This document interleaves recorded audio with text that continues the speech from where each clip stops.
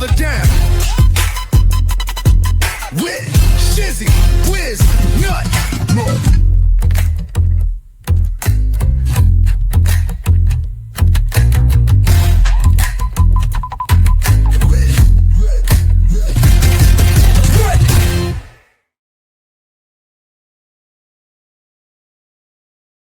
An open letter on the great art of avoidance. It's remarkable how something as mundane as serving legal papers, something that should take seconds, can evolve into a full production. Jeremy's filing, written carefully by counsel, doesn't need embellishment to expose the absurdity. The facts themselves read like scenes in a farce, each more unintentionally comic than the last. The gate, locked, sets the tone. A simple visit by a process server, papers in hands, becomes an exercise in silent theater. The filing describes the server approaching a known residence, preparing to carry out a straightforward duty, but instead of a person, there's a barrier, a gate, closed, inaccessible. Behind it, silence. Not the calm silence of an empty home, but the weighted silence of someone holding their breath, waiting for the knock to stop. The address is confirmed, the location is correct, but the scene doesn't move forward because the person inside has decided that if they don't answer, it doesn't count, as if metal bars could somehow suspend reality. When the gate fails to offer enough of a shield, the story shifts to the flea market of all places. A flea market, a public spot full of people, casual conversations, and dusty vendor tables. The filings outlines how a process server attempted service at a location they eventually frequent. Calm approach, clear intent. But before a word could even be exchanged, the papers triggered a retreat, a hasty exit, an SUV, an engine, and a cloud of gravel kicked up behind as they sped away. Its service turned slapstick, like watching someone try to outrun their shadow. No legal argument, no explanation, just flight, hoping the papers would vanish if the market was abandoned fast enough. Then there's the Midwest chapter, a quieter but equally revealing variation. Multiple visits to a Wisconsin address, each time the same routine. Notes left, cards tucked indoors, confirmed attempts, and finally one small moment of contact. A tenant at the door acknowledging the server's presence long enough to say, "That person doesn't live here." And then, just as quickly, the door closes.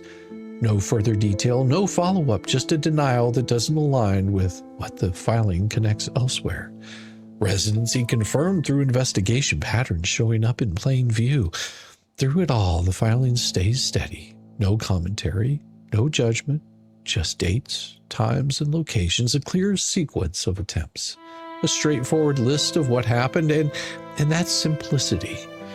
The absurdity stands out even more because while the servers are following the process step by step, the individuals are responding with anything but reason. Gates locked, markets fled, doors slammed. What makes it even more transparent is how the avoidance doesn't change the outcome. A locked gate doesn't erase the fact that someone lives there. Leaving a flea market doesn't erase the fact that someone shops there. Denying at the door doesn't erase the trail of connections that brought the process server there in the first place. Each act of evasion isn't clever, it's just a delay. And that's what Jeremy's filing reveals in its quiet way. Process servers aren't deterred by theatrics. They don't abandon the effort because someone decided not to answer. They keep going. They return. They adapt. If one location closes off, another is confirmed. If one attempt fails, another is made. There's no race to win because the process doesn't stop moving. Even the investigative steps in the filing reflected this patience. When gates stayed locked and known locations dried up, private investigators were engaged. Addresses verified. Movements tracked. Information confirmed through neutral means. It wasn't about outsmarting anyone. It was about staying consistent while the other side scrambled with temporary fixes that never held up. That's the theme. You can't miss reading it. Every delay is temporary. Every locked gate eventually opens. Every slammed door is knocked on again. Even the fastest SUV at a flea market has to park somewhere eventually. The process doesn't rely on luck or force or surprise. It relies on persistence, and persistence doesn't tire out. So yes, the filing is patient. It doesn't insult. It doesn't speculate about motives. It doesn't need to. The facts themselves are enough. Attempts were made, gates were locked, markets were fled, doors were closed, investigators were hired, and through it all, the process remained the same, calm, documented, relentless. Because the avoidance service doesn't stop it, it doesn't make a lawsuit vanish, it doesn't rewrite the obligations already in place. At best, it buys a moment, and those moments, one by one, are running out. The envelope always lands, not because it's aggressive, not because it's dramatic, but because it's inevitable.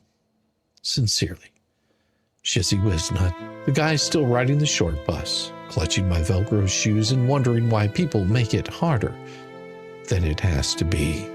And always, always your daddy. It is about time. Let's break this mother down. With Shizzy, with